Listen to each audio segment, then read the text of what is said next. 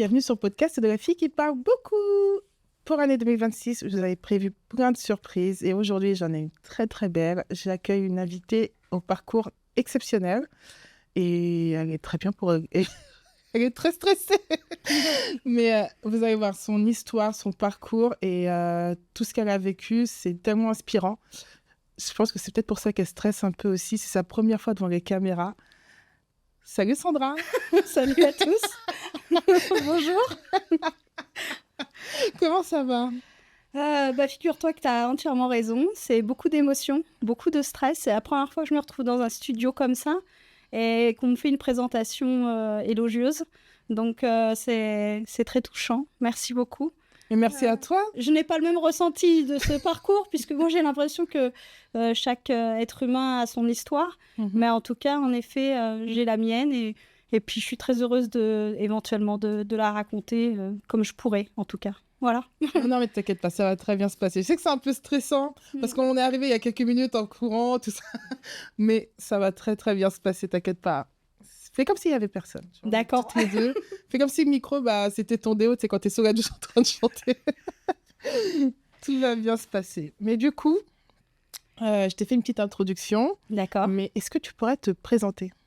Je m'appelle Sandra, j'ai 44 ans. Voilà. Et du coup, tu travailles... Parce qu'en fait, Sandra, elle a un travail assez, je veux dire, recherché en France. Oui, je suis agent immobilier. Agent immobilier. Ouais. Agent commercial, exactement. Un métier où ça ne devait pas m'arriver d'être agent immobilier, puisque moi, principalement, c'était le social. Donc, du coup, c'était pas prévu. Comment t'es tombée dedans? J'étais en burn-out. Une fois que j'ai été chef de service enfance pendant assez longtemps. Et j'ai fait un énorme burn-out et j'avais pas Facebook, je me suis mis Facebook, j'ai retrouvé un ancien petit boxeur qui me suivait à l'époque quand j'étais dans le monde de la boxe. Et j'ai vu qu'il était agent immobilier, je l'ai trouvé pétillant et j'ai voulu faire estimer ma maison. Et quand il est venu, il est resté très longtemps avec moi. Et j'ai été surprise qu'il reste aussi longtemps avec moi. Il était heureux de me retrouver et en même temps, il m'a dit des phrases qui m'ont fait très mal. En me disant, mais Sandra, j'arrive pas à te retrouver, qu'est-ce qui se passe? Et donc, je lui dis, je suis en état de burn-out, je suis pas bien. Et il m'a dit, mais tu te rends compte de la force de travail que tu as, qu'est-ce que tu as fait? Donc, je lui avais expliqué le parcours de chef de service enfance. Parce qu'on va revenir un peu à ce parcours social. Du coup, tu avais fait des études pour être dans le social? Tu avais déjà un parcours tracé, tu voulais être dans le social, être chef de service? Pas du tout. Pas du tout. Pas du tout. C'est venu comme ça? Ça s'est fait comme ça. À chaque fois que je suis arrivée dans un métier, c'était pas du tout prévu. C'était pas les perspectives que je m'étais mises quand j'étais enfant. Je savais pas où aller quand j'étais petite. Quand j'étais petite, il y a juste le sport où j'étais bonne. Bon, j'ai gonflé comme un popcorn. J'ai énormément grossi depuis. L'arrêt du sport fait que j'ai gonflé, hein, j'ai pris beaucoup de gras. Mais en tout cas, voilà, moi, il y avait que le sport où j'étais forte quand j'étais petite. T'as fait sport et études? C'était pas sport études. J'ai été, si tu préfères, j'ai commencé par le judo avec Maître Tarion. D'accord. Voilà, à Évry, exactement. Mais non. Et si. Ça a été passionnant. Soi-disant, j'étais douée. Encore aujourd'hui, il me dit que j'avais un niveau exceptionnel, même à mon jeune âge. Donc attends, ça veut dire qu'on aurait pu te voir au JO de Tokyo, de Paris? C'est quand j'étais petite jusqu'à mes 10 ans. Donc il me disait que j'avais de très grandes qualités et d'aptitudes. C'est ce que lui disait. Moi, je ne me ressentais pas comme ça. D'accord. Et à 10 ans, j'habitais un quartier sur Évry. Mes parents réussissent à m'offrir un vélo à Noël. Et je viens d'un milieu très, très défavorisé. Et je savais les sacrifices que demandait ce vélo pour mes parents. Et j'étais avec ma petite amie, copine, ma meilleure amie d'enfance. Et j'ai 2 jeunes hommes qui sont arrivés, qui m'ont énormément tapé. Et j'ai fait mon maximum pour tenir le vélo. Oui, alors un peu de contexte, parce que Évry, parce que moi j'habite Courcouronnes. Oui. C'était un peu chaud dans l'époque. À ma période. Ouais. Oui, c'était vraiment les pyramides, Épinette honnête, qui était beaucoup en conflit. Oui. Le chantier du Coq un peu moins. Mais en effet, j'ai eu une vie de quartier et j'ai vu des choses qu'on ne se rend pas compte sur l'instant T quand on est enfant. Et ça influence. Donc du coup, après cette bagarre entre guillemets... Et il a réussi. Il a réussi à voler le vélo. Non mais je te comprends parce que moi aussi, on m'avait volé mon vélo. Ouais. Donc, je me souviens que j'étais vénère et on les a poursuivis. On avait un vélo sur deux, mais on avait un vélo sur deux. Et moi, j'ai ça ressenti t'a- en moi le fait de ne pas avoir réussi à me protéger. J'avais pas réussi à... J'avais honte de retourner à la maison et de dire à mon papa et à ma mère, voilà, on m'a volé mon vélo. Ça a été très dur pour moi de rentrer à la maison et de leur expliquer ça. Et je revoyais comment j'avais tenu le vélo. J'avais essayé de me défendre. J'avais 10 ans, je crois qu'il devait en avoir 15 ou 16. Mais j'ai pris des claques, enfin bon, bref. Et du coup, le vélo, je retourne voir mon papa, je lui annonce, et il a fait tout Évry. Parce que mon papa était entraîneur de football à Évry pendant très longtemps. Donc, il a essayé de faire marcher lui ses connaissances, et on n'a jamais retrouvé le vélo. Mais moi, ça m'a fait cheminer quelque chose de très bizarre, de me dire, mais je croyais que j'arrivais au judo à me défendre. Mais en fait, pas du tout. J'y arrive pas. Donc, je suis allée voir ma maman, je lui ai dit, mais ça marche pas, le judo. J'avais une forme de colère. J'ai pas réussi à défendre ça. Donc, du coup, elle a réfléchi et elle m'a amenée un jour voir un entraînement de boxe. Et je voyais ces garçons s'entraîner, il n'y avait aucune fille. Et elle a demandé à Jacques Elmarie, est-ce qu'elle pourrait essayer. Et au départ, il n'y avait pas de fille. Elle a réfléchi. Et donc, j'ai fait mon premier cours de boxe en pensant que les garçons allaient être gentils. Je ne sais pas pourquoi de me dire je vais être la seule fille dans le groupe, ils vont être plus attentifs peut-être. En plus, c'est la boxe française, donc du coup, peut-être qu'avec les pieds, enfin voilà, je m'étais imaginé mon truc. Bon, j'ai fait un tout droit dans le mur parce que du coup, ils m'ont fait énormément mal sur les premières séances. Et je me rappelle très bien aller dans les vestiaires, pleurer et de me dire mais si je le pleure devant eux, ça y est, je suis foutue. Et en parallèle, je faisais beaucoup de gymnastique aux agrès. Alors, tu faisais du judo. Oui. Après de la boxe. Oui. Après de la GRS. J'ai fait gym aux agrès. La poutre, le sol, les barres, asymétrie et voilà, la gym aux agrès. Pas la GRS avec les rubans. Voilà, c'est moi qui ai dit GRS. C'est un autre sport, la GRS, qui est très magnifique. D'ailleurs, tous les sports sont magnifiques. Et ce qui est bizarre pour moi, dans mon éducation, on est 7 enfants d'un milieu très faible au niveau argent. Avec un frigo vide, mais j'ai eu une maman qui voulait toujours m'expliquer qu'elle souhaitait nous donner le maximum de faisabilité, de possibilités pour s'ouvrir et que peut-être qu'on arrive à changer de niveau social. Elle a tout mis en œuvre. Donc on faisait chacune 2 sports et on faisait chacune le conservatoire. Et même s'il y avait des aides, mes parents payaient moins cher que ceux qui avaient plus de moyens, mais ça leur revenait quand même à beaucoup d'argent, et donc du coup, on avait des frigos vides. J'ai jamais compris réellement, des fois, ce choix-là, de pouvoir avoir pas beaucoup à manger. Mais en même temps, je faisais beaucoup de choses. Et en grandissant, tu l'as compris, ce choix ? La famille nombreuse, c'est exceptionnel, sur le fait d'être solidaires les uns des autres, de savoir vivre des choses en étant réellement unis, parce que quand on n'a rien, on se soude à vivre entre sœurs, à être ensemble. Et en même temps, des fois, on se sent très seul dans une famille nombreuse. C'est très particulier, la famille nombreuse. Voilà. Et puis moi, j'ai vécu avec toute la population. Voilà. Donc ça, c'était merveilleux, par contre. Malgré la violence des quartiers, on ressent quand même le multiculturel. Donc ça m'a donné une force énorme. Ça, c'est vrai. Surtout il n'y avait pas de différence. Je n'ai jamais ressenti de différence, moi, en tant que petite fille, quand je tenais la main. Comme on dit aujourd'hui, on voit les blacks, les beurs, les machins, les trucs. Ça, moi, je n'ai jamais ressenti. Ça, c'est particulier à Évry. Ça, je tiens à dire. Parce que du coup, à Évry, c'est vrai qu'il y a la cathédrale, tu as la mosquée, tu as la synagogue, tu as maintenant un temple bouddhiste. Tout à fait. Donc, en fait, il y a toujours eu tout ça. J'ai toujours eu tout ça, et là-dessus, ça m'a donné également une autre force. J'ai vu de la violence, où ça, j'espère que dans ce monde, toutes les petites filles et tous les petits garçons ne verront pas ce que moi, j'ai pu voir. Parce que j'ai vu des combats de chiens. À l'époque, c'était beaucoup des pitbulls. Ils attrapaient les chats, ils les mettaient au milieu, ils les faisaient se manger. Enfin, j'ai vu voilà. Et moi, j'étais garçon manqué, j'avais pas le choix. Soit j'étais à la maison, je travaillais bien, et puis du coup, c'était très cadré. Mais moi, j'avais fait le choix de me dire non, je veux pouvoir sortir et pouvoir me sentir bien. Voilà. Donc, je suis arrivée à la boxe. Ça a été la révélation. Voilà. Et je faisais boxe et gym et piano. Voilà. Donc, je faisais que ça. Gym, boxe et piano. Gym, boxe et piano. Et chaque jour, j'avais quelque chose en activité. C'est génial. Mais du coup, comment on arrive au social tout ça avec la gym, boxe? Donc, tu grandis à Évry. Tu fais tes grandi à études. Évry. Je suis donc à un moment donné une bonne boxeuse. Ouais. Faut que je fasse un choix entre la gym et la boxe parce que Ouais. soi-disant pareil, j'étais pas mauvaise en gym.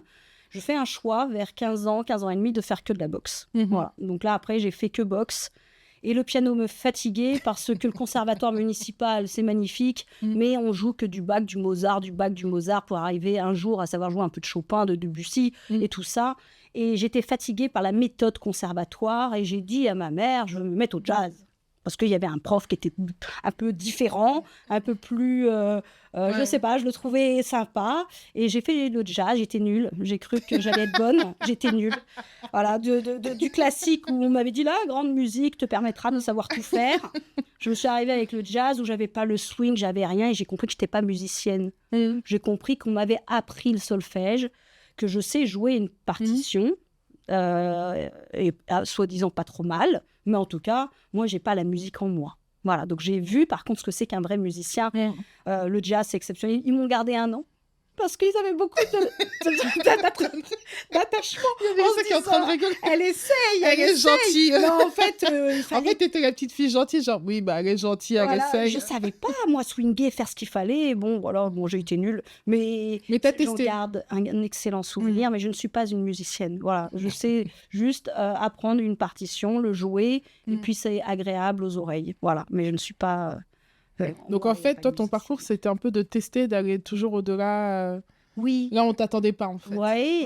Et ce qui est fou, c'est que je me suis aperçue qu'il suffit d'une rencontre en tant qu'enfant ou dans notre jeunesse pour faire vibrer quelque chose à nous. C'est vrai, totalement. Il suffit d'une personne qui croit à quelque chose qu'on n'a pas l'habitude d'entendre.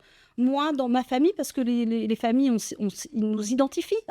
C'est normal, hein, 7 enfants, bah voilà, il y avait ma première sœur qui était très intellectuelle. Moi, j'étais la sportive, comme mon père, un peu soi-disant. Donc, du coup, mon papa, avec beaucoup d'humour, me disait, toi, tu es bête comme papa, mais t'as le cœur comme papa. Voilà, donc, parce que mon père vient de Yougoslavie, et donc lui, il s'estimait qu'il n'a pas d'école, et donc il était bête. Et ma mère, femme très intelligente et très cultivée. Donc, du coup, en effet, sans le vouloir, on m'a mis dans la case de la sportive. Alors qu'aujourd'hui, ma sœur aînée, elle est 3 fois plus sportive que moi, à aujourd'hui. Mais quand j'étais plus jeune, c'était moi la sportive, et donc, du coup, la bête de la famille également. J'avais pas de... Je faisais des fautes d'orthographe, j'avais des -20 au dicté, moi. -20. J'avais du rouge partout. Je me dis, mais est-ce qu'un jour je vais y arriver? Catastrophe. À chaque faute. Et tu dois en rire de ça aujourd'hui. Ça m'a fait souffrir. J'avais honte de ne pas arriver à écrire bien. Mais c'était très difficile parce que quand on arrive au bac et qu'on s'aperçoit qu'on fait des fautes, et je suis tombée un jour sur une prof de philosophie quand on arrive en première, elle m'avait dit, votre copie est intéressante. Mais vous faites tellement de fautes, ma pauvre. Mais elle l'avait dit avec beaucoup de gentillesse. Ouais. Et comme moi, j'étais dans une classe que de garçons, parce que j'ai fait aussi un bac STI, je savais qu'il me fallait un bac pour éventuellement avoir des études un peu supérieures. Donc, je savais que j'étais pas bonne en maths. Donc, j'ai fait un bac STI, option technique industrielle. Ouais. Seule fille, pareil, dans un monde de garçons. J'en ai vu des choses en classe. Je connais STI. C'est particulier. Voilà, donc j'ai toujours été très garçon, soi-disant dans un corps de fille, avec habillée comme une fille, en disant de toute manière, je m'habille comme je veux, je fais ce que je veux. Mais bon, il y avait des remarques et c'est jamais simple, malgré tout, d'être une seule femme dans un monde de garçons. Et du coup, tu as été aussi la seule femme dans un monde de garçons quand tu as été agent immobilier.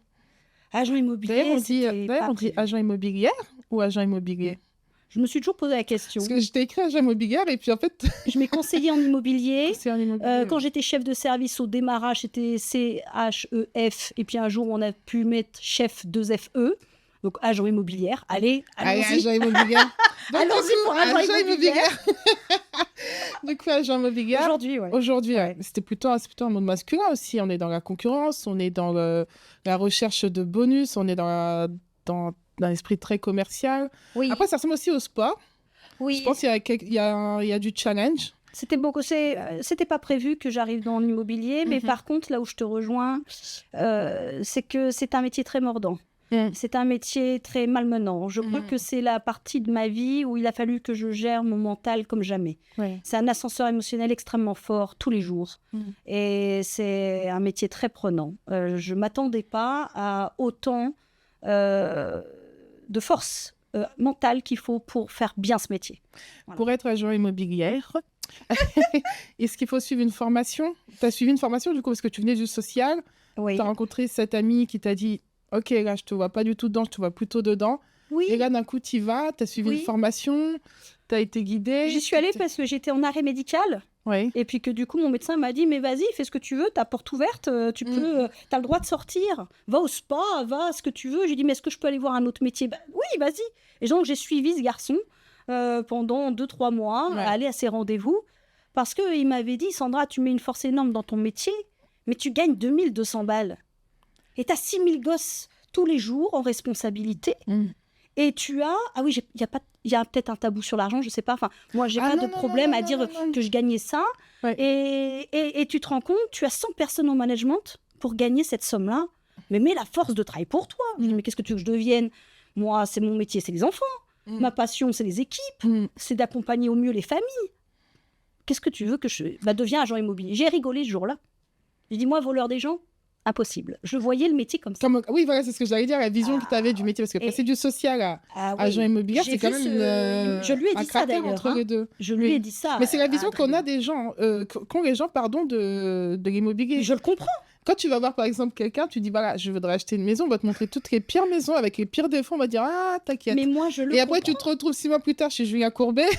En train de pleurer parce que ouais il y a des malfaçons, parce qu'il y a voilà, mais tu as raison, et même moi-même j'ai ressenti ça quand il m'a dit deviens agent immobilier, mais j'ai ri parce que je me voyais tellement pas de me dire mais moi agent immobilier, et je lui ai dit mais moi je suis pas voleur des gens. Et là il a été, comme c'est quelqu'un qui me connaissait dans le monde de la boxe, il a eu mal. Il m'a dit mais Sandra, c'est comme ça que tu me vois. Je lui ai dit écoute non, moi je suis dans un milieu où je suis chef de service pour les enfants, mais en même temps, il y a toute la partie politique où on essaye de faire au mieux pour accompagner le maire aux bonnes prises de décision. Et je dis, je sais très bien comment on est au travail. Il y a des gens, ils mettent le masque, mais derrière, ils sont pourris, et ils mettent et il y a vraiment des bâtons dans les roues. Donc, je dis, tu peux très bien être bien en tant que personne, mais ça se trouve, dans ton travail, tu fais comme ça pour obtenir ce que tu veux. Donc, non, je te crois pas. Et là, il a été... Je lui dis ça de manière aussi... abrupte, parce que c'est vrai que j'ai un côté très direct et assertif. Et pour le coup, oui, il a été vexé. Et il m'a rappelé quelques jours après, il m'a dit, écoute, tu crois vraiment que je suis quelqu'un comme ça? Je lui dis, j'en sais rien. Il me dit, écoute, t'as qu'à venir me voir au travail. Et donc, c'est là où j'ai appelé ma doctoresse, qui m'a dit, bien sûr, Sandra, sortez. Vous êtes complètement en état dépressif. Je pourrais expliquer d'ailleurs pourquoi j'ai fait un burn-out après... Enfin, bref, si vous le souhaitez. Et donc, du coup, je suis allée le voir. Je l'ai suivi au rendez-vous. Et dès les premiers rendez-vous, il m'a bluffé. Je ressentais que c'était lui qui parlait. Et il allait voir des personnes. Bien sûr, derrière, il y avait du business. Mais c'était parce qu'il allait voir des fois des familles, une personne âgée, juste pour prendre un café. Oui, bien sûr, c'était un jour que la personne allait partir. Mais parce que les successions, c'est très violent. Mais quand les gens les connaissent avant même de partir, il y avait un lien aussi avec la famille. Et je me suis aperçue qu'il restait lui-même. Et je suis tombée sur un directeur d'agence qui m'a dit « Mais Sandra, vous êtes un rayon de soleil. » Mais en quoi j'étais un rayon de soleil? En rien du tout. J'étais plus ou moins en dépression. Je n'arrivais pas bien à me lever le matin. J'étais fatiguée. Et lui, il me disait « J'étais un rayon de soleil. » Je lui dis « Non, c'est pas possible. Arrêtez. Je suis rien du tout. » Il me dit « Mais si, vous avez mis une belle énergie. » Ah bon? Allez, vous voulez bien mettre des prospectus pour nous? Je lui dis, écoutez, de toute façon, où est-ce qu'on en est? On en est là, mais c'est pas grave. Donc, j'ai mis des prospectus au démarrage, parce qu'ils avaient besoin de mettre des... Oui, comme ce qu'on voit, des flyers qu'on reçoit dans la boîte. Et j'avais le temps que je voulais, j'étais pas payée, c'était vraiment moi qui voulais bien le faire pour eux, ils m'avaient super bien accueillie, et puis Adrien avait été vraiment adorable. Donc, me voilà-t-il pas partir de temps en temps à faire les rues de Sainte-Geneviève-des-Bois et de Saint-Michel-sur-Orge, à m'arrêter toutes les 5 minutes, à pleurer un peu en me disant il y a encore quelques temps et je suis fonctionnaire, chef de service, mais je mets des prospectus parce qu'aujourd'hui j'en suis là. Alors oui, j'ai plus le maire au téléphone et je peux regarder le ciel en étant tranquille, en me disant bah ouais, en fait, je suis plutôt pas mal. Tant pis, je suis descendue à des prospectus dans les boîtes aux lettres, mais c'est pas grave. Et du coup, quand tu es devenue agent immobilier, comme tu as vu ton ami mettre aussi sa personnalité lui-même, Oui, tu t'es dit que tu vas faire la même chose. j'ai tout plaqué. Tu as tout plaqué, Oui, tu es devenu agent moi. immobilier et avec ton côté social aussi, ta joie de vivre, Oui, ton énergie, du coup, révélation, tout tu à fait. cartonnes. Et prise de décision très Ouais. dure parce que personne ne me soutient. D'accord. Ah oui, parce que là, après, il y a la famille aussi. Parce que là, Oui. c'est un changement de vie. Changement, mon mari. Oui. Alors ça, c'est quelque chose... j'ai pas eu beaucoup d'invités qui avaient ce changement de vie-là en étant mariés. Tu vois, elles l'ont eu avant ce changement, cette reconversion. Mais quand tu es marié, quand tu as des enfants, comment on gère ça, cette reconversion? Bah, elle est extrêmement délicate parce que tu dois prendre un choix où tu sens que tu as une envie. Il y a quelque chose où tu te dis, mais pourquoi pas? Mais il y a toute la base fondamentale de ce que c'est qu'une famille. Tu peux pas tout plaquer. Et puis si tu ramènes pas d'argent, comment tu vas faire? Alors que on avait réussi, mon mari et moi, à faire en sorte d'être dans un niveau social un petit peu plus élevé que ma propre, de là où j'ai habité, de ce que Parce j'ai connu. Il faut préciser que quand tu débutes agent immobilier, on gagne pas direct 4K. Agent commercial Mais à mon compte. c'est le minimum, du coup. À mon compte dans une agence immobilière. Donc, il y a un directeur d'agence, mais j'étais agent commercial à mon compte. Donc, je fais du chiffre ou pas de chiffre, le directeur s'en fiche, mais je travaille Oui. pour la marque, pour le réseau. Et donc, à ce moment-là, je dis à mon mari, parce que lui, au départ, quand je lui dis je vais découvrir un nouveau métier, il m'a dit, mais vas-y, si ça te permet d'aller mieux, vas-y. Il était très heureux que j'aille mieux. Et puis après, je lui dis, bah, je sens que je vais aller mieux, mais je ne vais pas retourner chef de service. Bon, mais financièrement, ça va se passer comment? Ah bah, je serai à zéro. Et puis peut-être que je ferai le chômage 3-4 mois après, parce que j'aurai peut-être droit au chômage après ma démission. Donc, c'est pas évident. Et même avec les enfants aussi. Et avec les enfants. Parce que quand on dit reconversion, c'est changement de vie, c'est changement de rythme. Changement de rythme. Oui. Et comment ça s'est passé, du coup, si c'est pas trop indiscret? Comment s'est passé Il tout m'a ce dit, si changement? tu dois aller mieux, vas-y, fais-le. Mais je sentais quand même derrière que c'était mieux si je réussissais pour pouvoir gagner au minimum ce que je gagnais en 2002. Oui. Mais là, du coup... Et ben, je décide d'aller dans l'agence, je plaque tout. Ouais. Et donc, bien évidemment, on essaye de m'accompagner. Je fais des rendez-vous, je l'avais déjà fait avec Adrien. Et on me dit comment il faut que je prospecte. Et on me met un cadre. Et puis alors, moi, impossible de rentrer dans le cadre. C'est pas possible, je n'y arrive pas. Il faut prospecter comme ci, il faut faire comme ça, faut faire... Le temps, c'est de l'argent, chaque client, hein. Et donc, quand on me demandait des comptes, de manière bienveillante, hein, Sandra, tu as été prospecté 3 heures, mais tu as fait combien de maisons? Ah bah 3. Mais c'est pas possible. Une prospection, c'est à fond. Tu dois faire tant de rues, tant de machins. Je dis, bah moi, j'ai fait 3 maisons. J'ai mis peut-être 4 heures avec chaque client. Ouais. Mais je sais pas, je découvre le secteur. Et en plus, l'agence immobilière, de là où elle était implantée, on m'avait pas mis sur le secteur de la commune. Ouais. Pour pouvoir dire de vendre un bien, mais il n'y a pas l'agence qui a pignon sur rue, c'était difficile. Mais moi, j'étais tellement heureuse de rencontrer des gens. Je ne voyais pas l'idée d'argent. Oui, tu discutais avec eux, en fait. Ma priorité était de découvrir un métier et je leur disais que j'étais incompétente, que je venais de démarrer. On démarre un métier où j'étais experte quand j'étais chef de service, où là, j'étais vraiment une experte du métier, à rien. C'est-à-dire, ni en juridique, ni en finance, ni en diagnostic, ni en évaluation de maison. Je suis qui, moi, pour dire que je sais faire? Bah non. Donc, j'allais quand même de faire les maisons en leur disant, voilà, je débute le métier, mais j'ai une envie de bien faire. Ouais. Et on m'a ouvert les portes. Et je rentrais comme ça chez les gens. Et du coup, paf. Et paf, à force de qu'on me dise, Sandra, c'est pas possible, le temps c'est de l'argent, tu dois enchaîner les clients. Mais en fait, au final, j'ai fait du chiffre très vite. Mais là, du coup, parce que tu l'as pas dit, mais tu es une des meilleures. Dans mon réseau, Oui. j'ai été classée 20e France. 20e France. 20e France, hein, c'est pas rien quand même, d'être partie de là, Dans le réseau avec dans ton lequel parcours. j'étais, ouais. Et là, du coup, on va parler du coup de cette question d'argent aussi. Parce que du coup, tu es 20e France, tout va bien. Et là, tu gagnes énormément d'argent. Donc du coup, là, c'est l'aspect financier. Parce que je sais pas, il y a toute une génération qui n'a eu aucune éducation financière. Comment ça s'est passé, toi, de recevoir cet argent, énormément d'argent comme ça d'un coup? Ça donne le tournis, tu sais pas comment faire. Et après, il faut aussi gérer aussi l'argent dans le couple. Comment tu as fait tout ça? Alors, j'ai pas gagné de l'argent puisque j'ai démarré en 2019 d'un coup. Mais je me rappelle très bien des premières émotions que j'ai eues quand j'ai dû rentrer les commissions d'agence sur les mandats. J'étais très mal. J'avais des sueurs froides de me dire, mais je suis qui, moi, pour mettre 15 000 € de commission? On est qui, nous, pour gagner autant d'argent? Ça a été très dur parce que mes parents ont eu peur du métier, m'ont dit, mais je sentais qu'ils avaient peur que je devienne une mauvaise personne. Moi, j'ai des parents de la terre. Donc, pour eux, c'était l'épargne, l'économie. C'est 1 euro après 1 euro qu'on arrive à... Et puis, le dur labeur de travailler. Moi, j'ai commencé à 14 ans à travailler dans les sapins, de nuit, avec mes parents. Donc, en effet, j'avais cette éducation. Il faut travailler pour gagner quelque chose. Et quand on gagne, si tu gagnes 200, tu mets de l'épargne. Et c'est comme ça que tu t'enrichiras.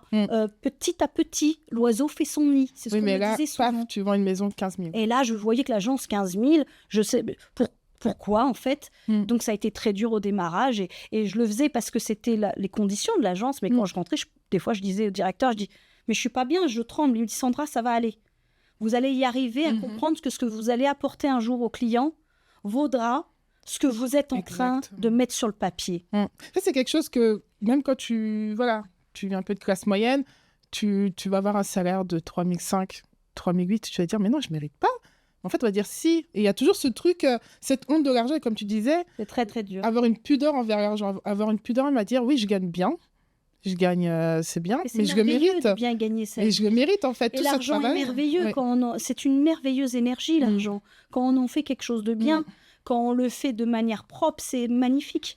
Parce que ça permet de faire du bien à sa famille, ça permet mais au démarrage, quand on n'a pas eu l'habitude, on se sent, moi en tout cas, moi, je me suis sentie très mal à l'aise de mettre des commissions et même de gagner de l'argent. Et j'ai laissé beaucoup d'affaires à mes collègues de l'agence parce que soit ils ne fonctionnaient pas, soit ils avaient besoin. Donc, au lieu par exemple, d'avoir été classée 90e France au démarrage, j'aurais pu être classée 40e. Mais j'ai laissé beaucoup d'affaires. J'ai donné beaucoup entre guillemets, c'est pas donner de l'argent, mais... Oui, mais tu as donné parce que je suis comme ça. On m'a dit que l'argent allait me changer. On m'a dit que le métier allait me changer. J'en ai eu très peur parce que j'ai vu en effet des confrères ou même des collègues qui peuvent vraiment devenir fous pour une affaire. Et moi, je me suis aperçue que c'était l'inverse. J'ai prouvé aujourd'hui à des personnes qui avaient les dents longues et qui ont évolué et qui me remercient aujourd'hui de me dire « Mais Sandra, pourquoi tu nous as laissé ton affaire ?» Parce que je veux te prouver qu'il y a l'amour qui compte. L'amitié est beaucoup plus forte. Exactement. Et donc, mais j'étais heureuse, moi, d'aller bien, tout simplement. Déjà, juste être heureuse d'aller bien. Heureuse d'aller bien après un burn-out. Ouais. Heureuse d'aller bien. Et du coup, on va parler de l'argent dans le couple. Comment ça s'est passé, du coup? Parce qu'on ne va pas se mentir. On vit dans une société quand même patriarcale. Où du coup, même quand on est directrice, on va nous dire oui, toi tu peux toucher 50K, mais ton homologue masculin va toucher 90, 100K. Comment ça s'est passé cette transition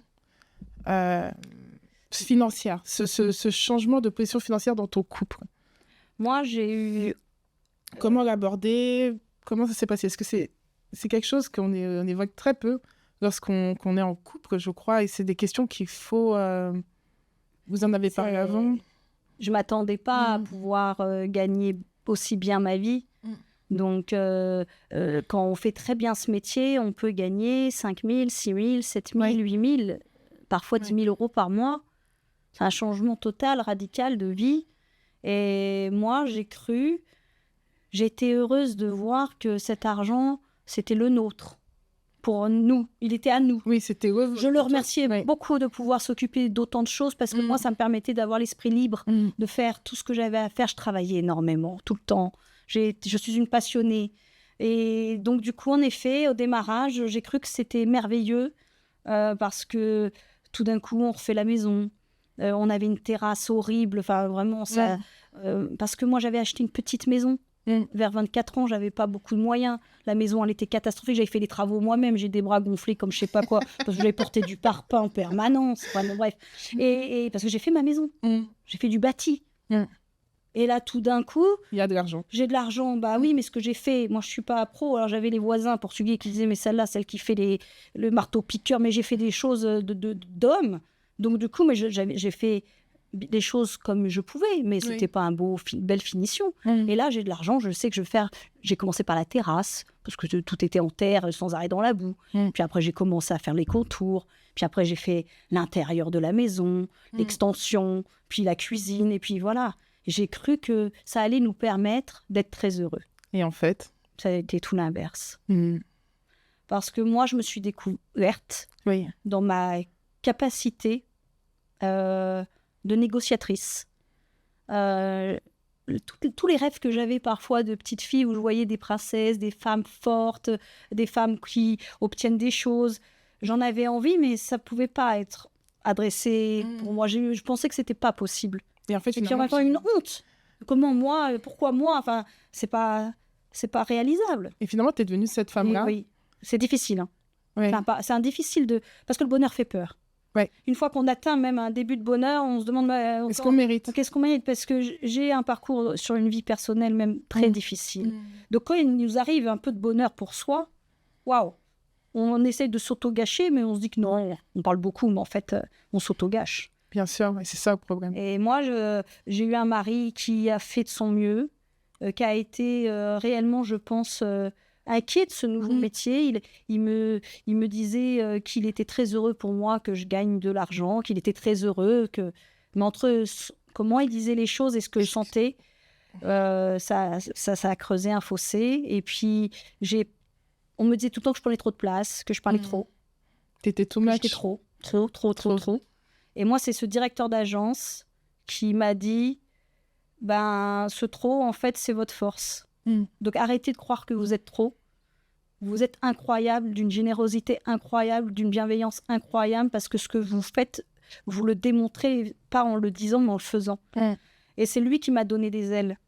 Parce que moi, j'étais très gênée quand le directeur d'agence me disait vous êtes belle, vous êtes exceptionnelle, vous êtes une femme incroyable. Mais moi, j'étais gênée, mais très très mal. Je me sentais mal.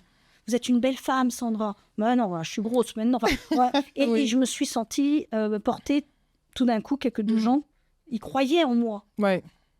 Alors là, t'as explosé. J'ai explosé, j'ai commencé à faire des vidéos. En fait, t'as grandi. Ouais, finalement, t'as grandi. Et donc, il y a eu une séparation énorme avec mon mari parce que je travaillais énormément et en même temps, j'aimais ce que je faisais et j'ai appris à sortir. Moi, j'avais jamais bu d'alcool. Je bois toujours pas.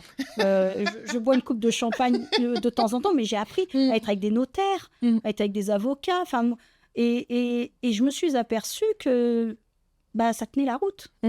T'étais là où tu devais être. Je me suis beaucoup formée et j'ai appris. J'aime apprendre. Et ça, c'est au bout de combien de temps, en fait, que t'es de l'année de ta naissance jusqu'à là où tu t'es découverte? Il s'est passé combien d'années?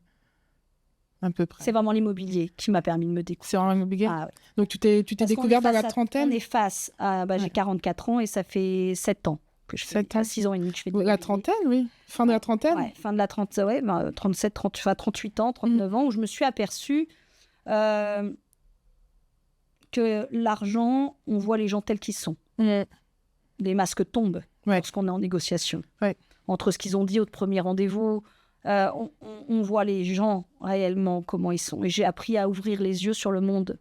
J'étais pas prête. J'étais pas prête. Voilà. Mais je garde le sourire et je rencontre de très très belles personnes tous les jours. Fatiguées, abîmées, parfois en dépression. Mais je sais pas, pour moi, j'avais une mission de vie, c'était à chaque fois de leur faire du bien. Et comme quand j'étais petite, on m'avait dit, Sandra, tu portes chance. Mais je ne sais plus quand on m'avait dit ça, je devais avoir 3-4 ans. Tu verras, tu porteras chance. Mais j'avais 3-4 ans, mais je me souviens de cette phrase-là. Aujourd'hui, j'ai su dire à des gens, droit dans les yeux, je suis là pas pour rien. Je vais vous porter chance. Et je vais travailler pour vous. Et ça va très bien se passer. Et après, je me connecte. Il ne faut pas me demander comment. Quand j'ai envie de me connecter à 2 personnes, à un couple, à un projet de famille, à une famille, des enfants, je vois de quoi ils ont besoin. Tu vas, et j'y vais. Et je sens les choses. Ça va être cette maison-là, encore ce matin. Ça fait 1 an et demi que je suis des clients qui veulent peut-être acheter quelque part et ils voulaient absolument un appartement. Un monsieur, un gros client qui est très assertif, qui est très carré. Et je l'ai amené ce matin sur 2 maisons. Au départ, il était un peu fâché. Il m'a dit, Sandra, j'avais demandé des appartements. Je lui ai dit, mais là, je vais vous amener parce que mon métier, c'est de vous ouvrir l'esprit. Et il m'a remercié 2 heures après en me disant, vous êtes quand même exceptionnel parce que je m'y attendais pas. Voilà. C'est pas pour rien que tu es dans le top 20. Voilà, mais dans le top 20, mais il faut savoir que j'ai pas eu une belle histoire après parce que je n'ai pas été payée pendant très longtemps sur le réseau dans lequel je travaillais, que je ne cite pas bien évidemment, je voudrais pas avoir de problème juridique. Bien sûr. Et donc du coup, ça a été très violent parce que j'ai perdu toute l'équipe et on a tous tout perdu.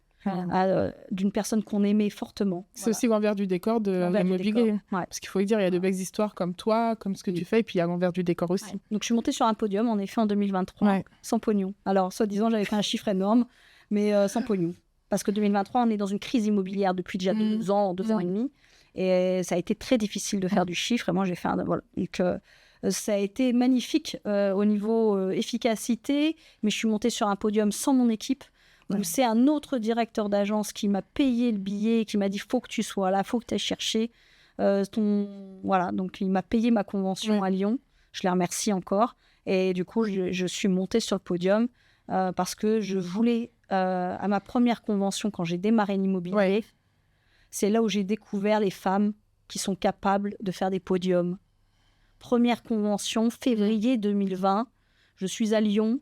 Et pour la première fois, je suis dans un amphithéâtre et je vois les chiffres des top 30 qui montent comme ça les uns après les autres sur le podium. Tu vois des femmes. Je vois des femmes.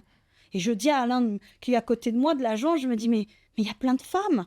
Il m'a dit oui, parce que dans l'immobilier, les femmes, elles présentent la confiance. Mais je regarde les chiffres, le nombre de mandats, et je voyais que ce qu'elles avaient rentré comme mandat, c'est ce que j'avais déjà presque fait au niveau du mois. La même chose. Il me dit, toi, Sandra, tu peux être première France. J'aurais pu être première France, mais j'ai donné beaucoup d'affaires. Ouais. C'est ce que tu nous expliquais avant. On m'a dit que je suis soi-disant une compétitrice. C'est bien. C'est faux. C'est bien. Je ne suis pas une compétitrice. Mais après, être compétitrice, je suis une compétitrice pour moi-même, mais pas contre quelqu'un. Et c'est pour ça qu'en boxe, ça n'a pas marché. Parce que d'être en opposition auprès de quelqu'un me fait beaucoup de mal. Mais je suis en compétition avec moi. D'essayer d'aller faire le meilleur de moi-même. C'est une bataille. Oui, tu vois comme ça la compétition. Les compétitions prennent. Oui, avec toi-même. Et du coup, tu me parlais, parce qu'on parle de compétition avec toi-même, tu me parlais aussi de développement personnel. Oui. Quand tu as été en burn-out, comment tu as fait, même par rapport à l'agence qui ne te payait pas. Tu m'as dit que tu avais beaucoup fait de développement personnel pour justement t'aider à te relever et à être là aujourd'hui. Le développement personnel mélangé... C'est très particulier et bien sûr, je ne demande pas à ce qu'on croie de la spiritualité. J'ai développé des choses où j'ai lu des bouquins sur la loi de l'attraction, j'ai suivi des personnes sur le développement personnel, parce qu'en boxe, on a besoin de beaucoup de mental. Et comme c'était un métier de mental, je me suis dit, il va falloir que je travaille aussi sur accepter qui je suis et développer une personnalité. Pourquoi pas? Puisque je parle tout le temps. Je suis une vraie pipelette. Et pourquoi pas? Et si je dois passer 3 heures à des rendez-vous, alors qu'on me dit qu'1 heure en R1 suffise. R1, c'est le premier rendez-vous quand on rencontre des clients. Mais moi, si j'ai envie d'en passer 4, et si j'ai envie de passer ma vie à m'occuper de toi, même si le projet il est réalisé que dans 2 ans, j'ai le droit de développer ma personnalité. Et donc, bah oui, je suis très bizarre comme fille. J'invite que des gens bizarres de toute façon ici. Je peux avoir un côté extrêmement masculin. Les gens qui me connaissent bien rigolent parfois. Il suffit que je sois en basket. Et là, tout d'un coup, j'ai une attitude très masculine, un peu comme les anciennes quartiers, comme ça. Donc, des fois, ça peut surprendre. Non, mais franchement, des fois, ça ressort aussi comme ça chez moi. Des fois, je me mets en basket, jogging, et d'un coup, je marche, je me dis... J'ai une attitude plus masculine. Et beaucoup plus... en effet, bagarreuse, parce que j'ai dû beaucoup me bagarrer aussi dans les quartiers. Mais en fait, je me reconnais un peu. Après, moi, j'étais pas dans la bagarre parce que nos parents nous surveillaient bien. Après, j'habitais dans un coin qui allait, ça allait. Mais moi, j'étais tout le temps en train de me bagarrer avec les garçons. Tout le temps à chercher ma place, un peu aussi comme toi, auprès des garçons. Et tout le temps être avec eux, en fait, et avoir des jeans déchirés et tout. Mes premiers talons, mes premiers rouges à lèvres, je les ai mis à 20 ans. Donc, tu vois, je me reconnais un peu en toi avec ce côté compétitrice envers toi-même, mais aussi envers les autres, parce que tu aimes bien le challenge. Puis même le développement aussi personnel aussi, tu vois, c'est C'est assez marrant, en fait, qu'on ait eu ces parcours-là. Développement personnel, c'est très intéressant parce que ça permet quand même de donner une visibilité à qui on est et d'essayer de moins avoir peur d'aller vers qui on est. Après, moi, j'ai développé mon aspect de spiritualité. C'est ce qu'il faut faire. Qui m'a permis de m'élever, tout simplement, parce que j'aime ressentir les choses. Et donc, du coup, des fois, on me disait, mais comment tu lis ça ? Alors, avec beaucoup d'humour, je dis, je fais marcher mon troisième œil. Voilà, mais on a tous les mêmes intuitions. Il faut juste la travailler. Oui, je pense que moi, toutes les souffrances que par lesquelles je suis passée, qui ont été très lourdes, me permettent aujourd'hui, tout d'un coup, de ressentir, même quand je touche quelqu'un, ce qu'il a besoin. Et donc, c'est comme ça. Je ne sais pas l'expliquer, mais ça me fait beaucoup de bien. Après, ce qui est compliqué pour moi, c'est que je ne sais pas adapter mon énergie. Et voilà, donc j'ai pu être souvent hospitalisée, même enfant et même adolescente, parce que pour une fatigue extrême, ça m'est arrivé, voilà, parce que je ne me rends pas compte de l'énergie que je donne. Et le burn-out, c'est souvent des personnes comme ça, qui ne se rendent pas compte, elles travaillent, et à un moment donné, tout lâche par une déception humaine. Moi, souvent, c'est la déception humaine qui me fait tomber. Parce qu'on rencontre énormément de belles personnes, mais parfois, il peut y avoir aussi des gens qui sont plus durs, plus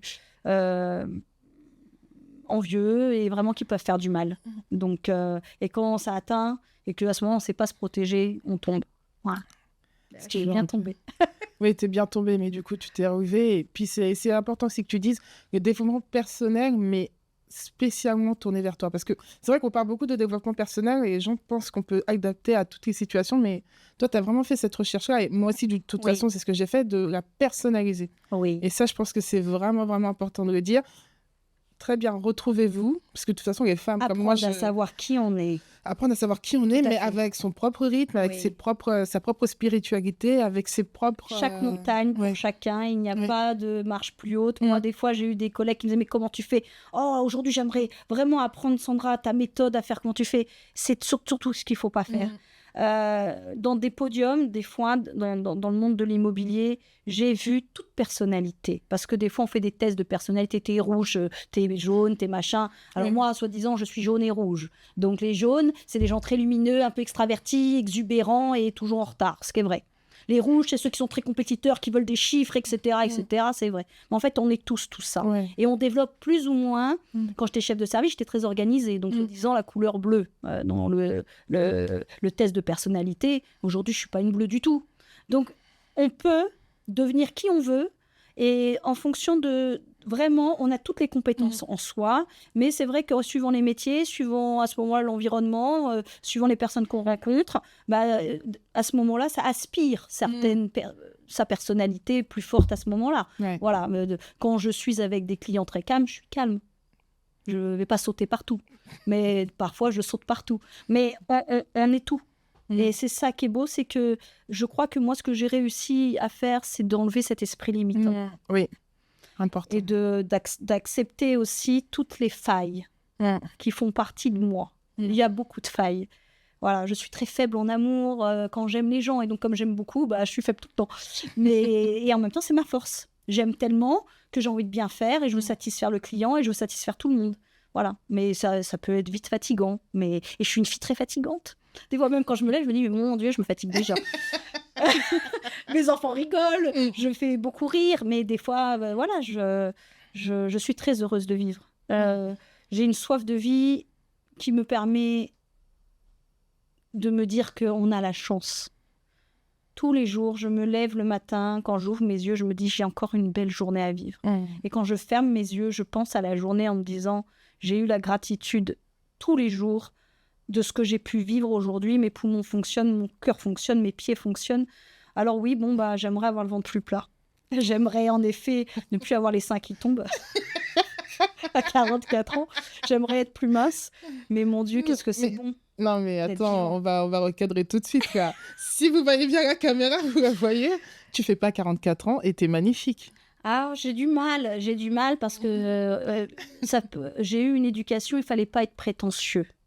Et après, donc, t'as tes parents des parents difficiles. Ton père, il vient de Yougoslavie ? De Yougoslavie, ouais.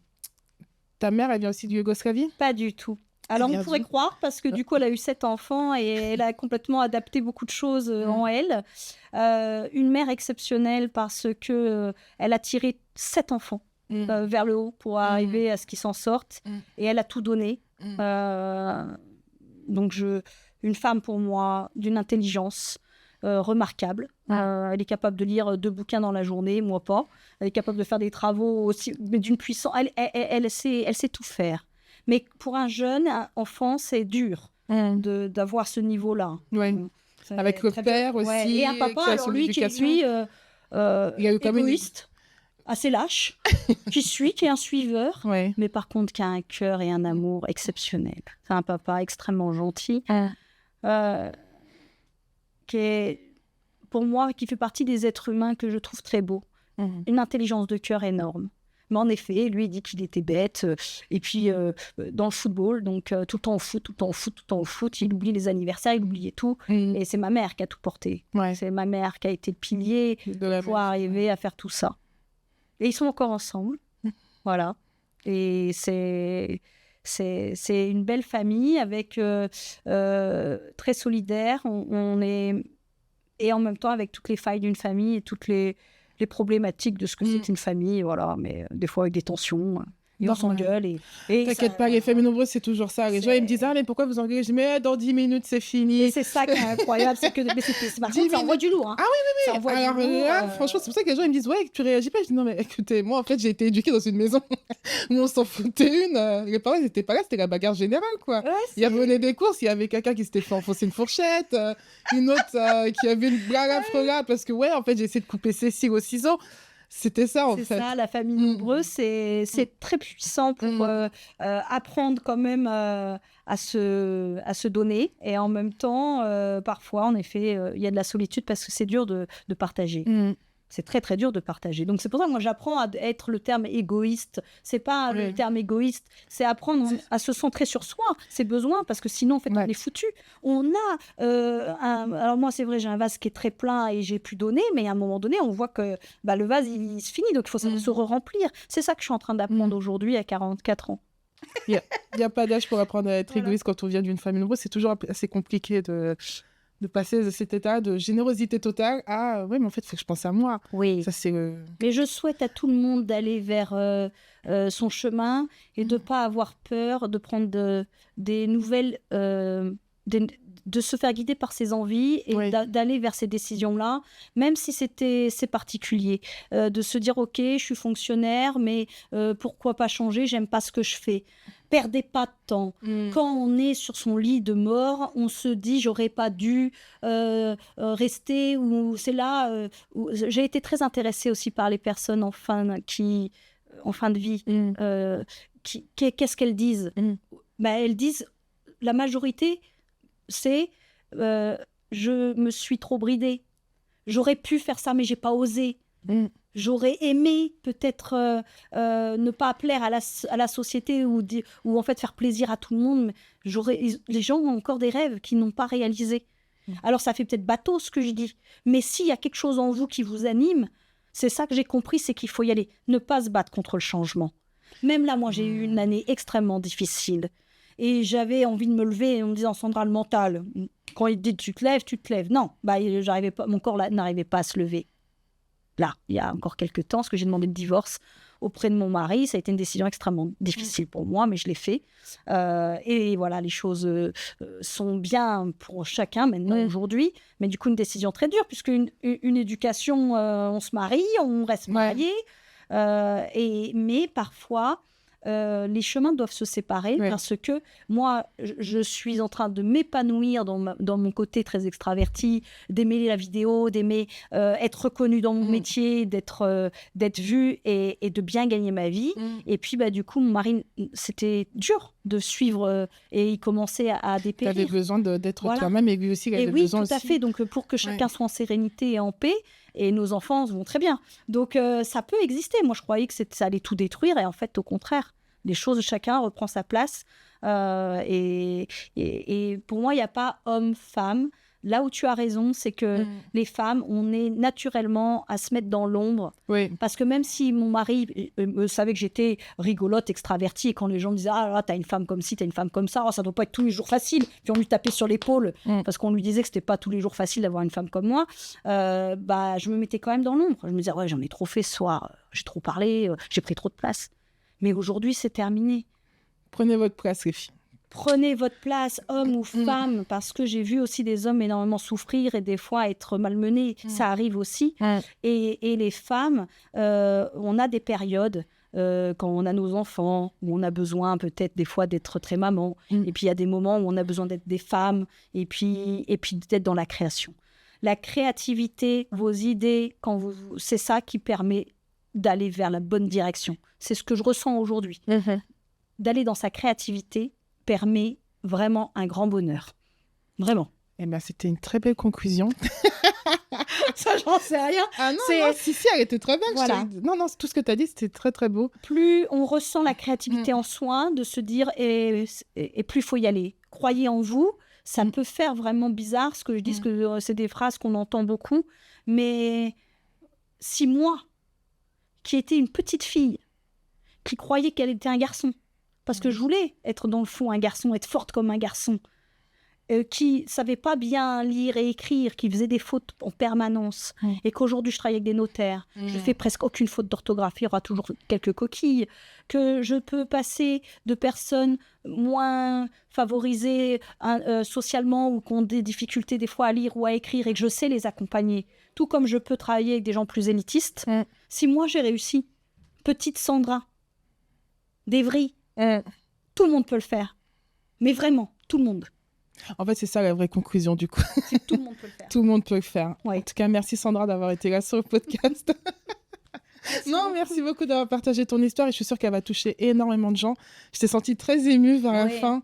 Je pense que tu as pensé un peu à ton parcours et à tout ce que tu as vécu.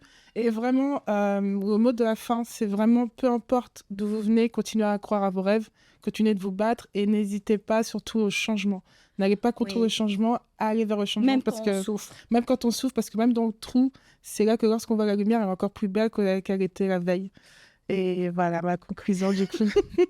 Voilà. Merci à toi d'avoir été là. N'hésitez pas à liker, partager ce podcast. Et puis, je vous dis à très, très vite. Cet épisode, franchement, j'ai grave kiffé. C'était très émouvant. C'était très sympa de t'écouter. Merci beaucoup. Merci à toi d'avoir pris l'invitation. Et je vous dis à très bientôt. Bye. La caméra est juste là. Eh ben, le sourire de Sandra, puisque je démarre toujours mon live. Avant, c'était Minute Papillon, c'est Sandra. J'ai dû changer mon marketing. Je fais maintenant le sourire de Sandra. Parce qu'on m'a dit, ok Sandra, en fait, tu as toujours le sourire, même des fois dans la souffrance.